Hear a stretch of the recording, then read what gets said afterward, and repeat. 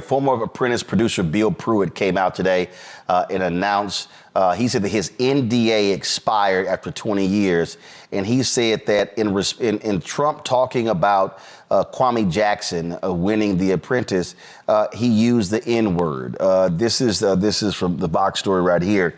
Of course, this was talked about beforehand, but here you have a producer who's on record saying, I heard it and it's on tape. Then you also, guys, let me know if y'all have that video. Then you have this leaked audio that came out of staffers, various staffers of the Trump campaign. I think it was Katrina Pearson. We don't have it? All right, it was Katrina Pearson, it was Omarosa, and Lynn Wyatt, I believe. They were talking, they were talking about how to handle this video coming out, and one of them said, "Look, he said it." This here is this was put out by the Biden-Harris campaign. Watch this. I'm trying to find out at least what context it was used in to help us maybe try to figure out a way to spin it. I said, well, sir, can you think of any time that this might have happened? And he said no. Well, that's not true. He goes, how do you think I should handle it? And I told him exactly what you just said, Marissa, which is, well, it depends on what scenario you're talking about. And he said, well, why don't you just go ahead and put it to bed? I don't know what the scandal is. He said it. I'm trying to find out at least. Here you have Katrina Pearson, who just won a Republican nomination for a state house seat in Texas, who said, he said it. He's embarrassed. Your thoughts on what Bill Pruitt is released today? I'm not surprised. Not at all surprised. I mean, this has been rumored for years now, and I've had direct conversations with other Apprentice producers who maybe 6-7 years ago called me up to say, hey, I just want to give you a heads up. He's on tape, and if this thing leaks, people are going to be coming to you to give comments. So this is not. So hold on 1 second. So other Apprentice producers other than Bill Pruitt called you in the past to tell you that Donald Trump was on tape using the N-word. Yes, they said the tapes exist. Don't know if they'll see the light of day because they were under the control of Mark Burnett Productions. But as a courtesy to me, they're like, if you are wondering whether or not those tapes exist, they exist. So again, no surprise. And even when I think about my finale from The Apprentice, and you know this story as well as anyone, some of your listeners may not recall, you know, there were 7 seasons of The Apprentice. There were 3 before me because I was season 4, and there were 3 after me. The first 3 winners were white. Season 4, first only black winner, you're looking at him. Season 5, 6, and 7, all white winners. I'm the only winner across all 7 that he asked to share the title. Now, putting that out of context with what Bill Pruitt has shared, it begs the question, well, why would he do that? If I give Donald the benefit of the doubt, I say, well, that was racially insensitive, Donald. But I don't give him benefit of the doubt. So I say it's racist. Well, people say, well, where's your evidence? Well, now Bill Pruitt comes forward and says, well, season 1, Kwame Jackson and Bill Rancic, you had another white and a black in the finale. What does Donald say? Well, here's the receipts. We don't want to see an N-word win The Apprentice. Well, how will America react if an N-word wins The Apprentice? Which completely explains why when Randal Pinkett emerges in season 4 as the objective winner who he can't deny, he then says, well, how can I undermine the victory? Because I can't not have Randal win. The dude's undefeated. He has the best team record. Everyone here is voting for Randal to win. So what do? Ask him to share the title with the white runner-up. I was insulted then. I'm insulted now. And for all those who said, oh, Randal, you're a sore winner, you should have shared. Really? Listen to what Bill Pruitt said after his NDA expired. Bill Pruitt only had the seeds that were planted in season 1 that then germinated for season 4 when I was in the finale. That's what I say. Well, some people are saying, well, that's old news has come out. I think Trump released a statement saying Mark Burnett says the tapes don't exist.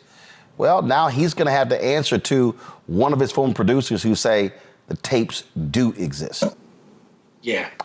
And I give Bill credit because there's a lot of people in the Apprentice circles who are definitely afraid of speaking out against Donald. You'll recall I did a press conference when Donald announced his candidacy for president and recruited, or I should say tried to recruit, other former Apprentice contestants to stand with me in denouncing his candidacy.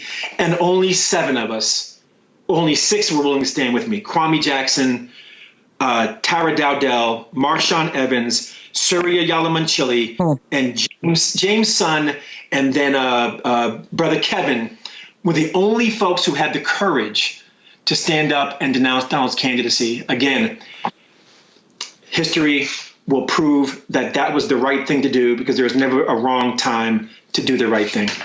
Randal Pinkett, I appreciate it, Frat. Thanks a lot. Thank you, Frat. 06. 06. All right, folks, go to my iPad here. This is the statement from the Biden campaign regarding the use of the N-word. No one is surprised that Donald Trump, who entered public life by falsely accusing black men of murder and entered political life, spreading lies about the first black president, reportedly used the N-word to casually denigrate a successful black man. Anyone notice a pattern?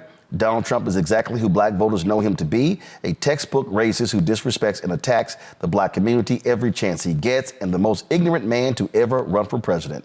It's why black voters kicked him out of the White House in 2020, and it's why they'll make him a loser a second time this November. Somebody's killing poor people, and it's going on.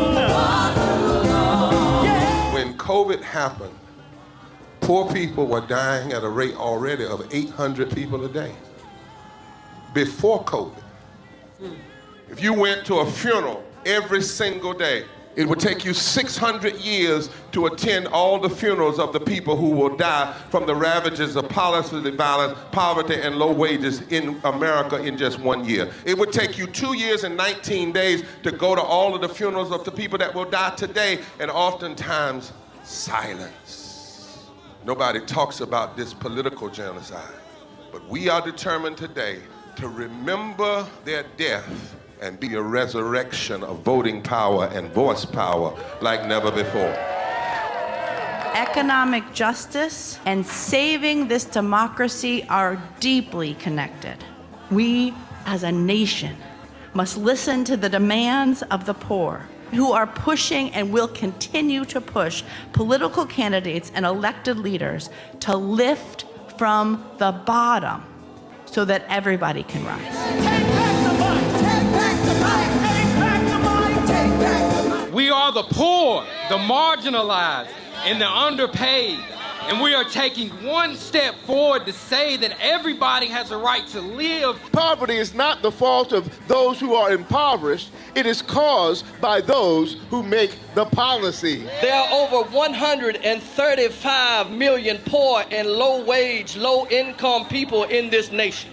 The biggest block of potential voters by far is low-income, low-wage voters. I can't afford medicine. Sometimes I have to skip because of the cost. The farm worker community is tired of the violence imposed upon us by greed, exclusion, and denial of basic human rights. Those folk that represented by that casket, poor and low-wage workers who are the most moral people in this country because they go to work every day believing, even though going to work is hazardous to their health. I'm tired of working 70 to 80 hours a week and still not have money for the necessity of bills. I'm tired of getting sick and not being able to go see the doctor. Having to make a choice to pay between rent or the light bill or food or clothes. You cannot claim to care about families and a culture of life and then do everything in your power to rob people of equal access to resources and to force them to live in poverty. Leadership of both parties had waged war on poor people and low-wage workers. And this government has treated people experiencing poverty, including their military families, with disdainful, deliberate, malicious neglect. So the truth is that my son died from poverty, We refuse to accept poverty as the fourth leading cause of death. The fourth leading cause of death in this, the richest country in the world. We march today for our children and the generations to come. And we need to do it with the loudest voices possible, the biggest actions possible. We will voice our demands and register our vote. When we stand up and when we stand together, things change. There is the electorate that is, and then there is the electorate that should be. 34 million eligible poor and low-income voters did not vote in 2016. If just 20% of those voters in swing states were mobilized around an agenda, they could change the political outcome of every election. So we're launching the most massive voter mobilization and turnout campaign in history of poor and low-wage voters, allies, and religious leaders. People are dying, but we know it doesn't have to be this way. And so we are calling on everyone to join us in this Poor People's Campaign, a national call for moral revival. We are here, we will be seen, we will be heard, and our power will be felt. We don't need to be an insurrection. We are a resurrection that will be felt across this country. Are you ready? Ready? Ready? Ready? We are a resurrection, and we are ready. And